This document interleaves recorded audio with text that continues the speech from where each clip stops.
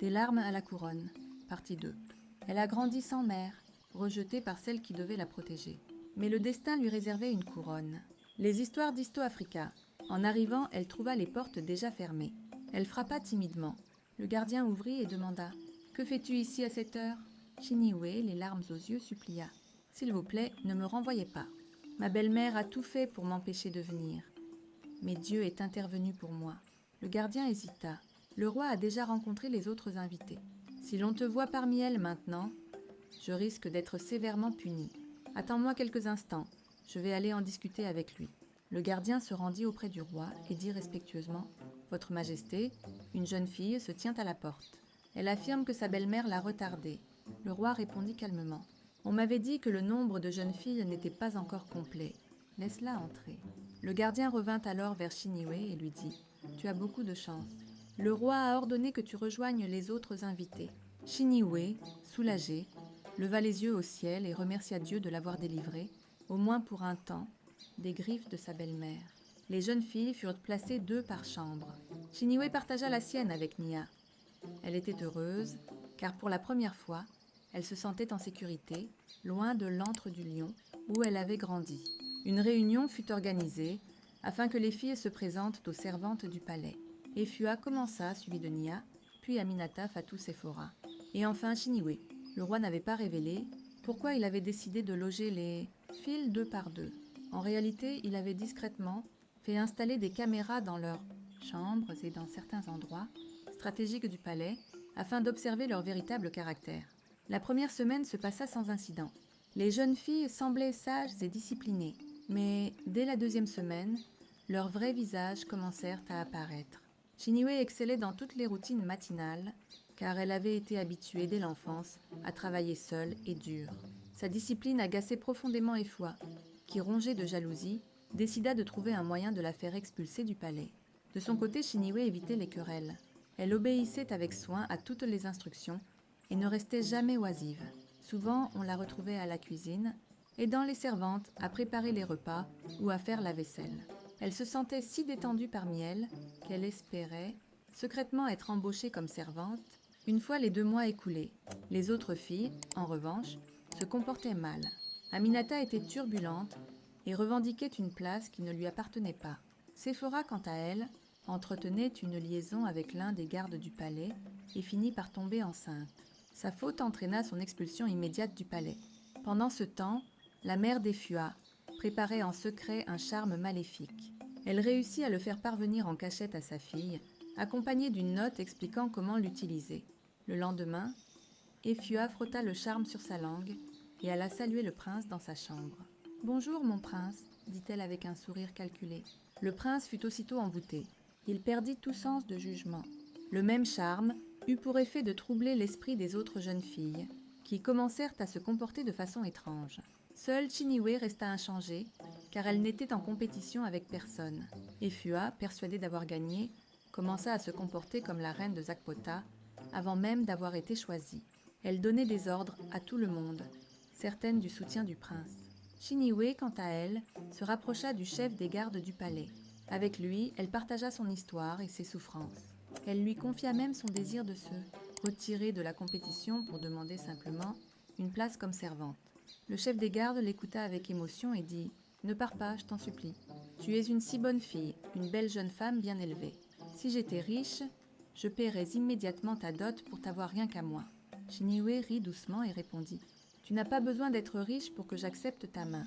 Si tu me demandes de t'épouser, j'accepterai. Nous travaillerons tous les 2 ici au palais.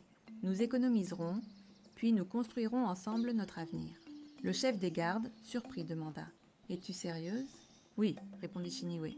Et sache que ce n'est pas pour fuir ma belle-mère. Si c'était le cas, ce serait passer du feu à la braise. Le mariage est sacré, une décision pour la vie. Il demande patience, dévouement et humilité. Toutes ces qualités, je les ai trouvées en toi. Je sais que tu sauras créer une maison où une femme se sentira en paix. » À ce moment, leurs regards se croisèrent et une douce complicité naquit entre eux. Mais soudain, des cris éclatèrent dans la cour. Les autres jeunes filles s'étaient encore disputées violemment. Le chef des gardes soupira, jeta un dernier regard à Chiniwé, puis se leva précipitamment. « Pardonne-moi, je dois aller les calmer. » Plus tard dans la journée, Chiniwé se rendit devant le roi. Elle s'inclina profondément et dit d'une voix douce mais ferme « Longue vie à votre majesté. Je viens humblement vous demander la permission de me retirer de cette compétition. » Le roi fronça les sourcils. « Mais pourquoi, ma fille ?» Chiniwé baissa les yeux. « Je ne suis pas à la hauteur du prince de Zakpota. Je ne suis qu'une pauvre orpheline, habituée à une vie dure. Rien, absolument rien, ne me lie à la grandeur d'un héritier royal. Je vous en prie, employez-moi simplement comme servante du palais.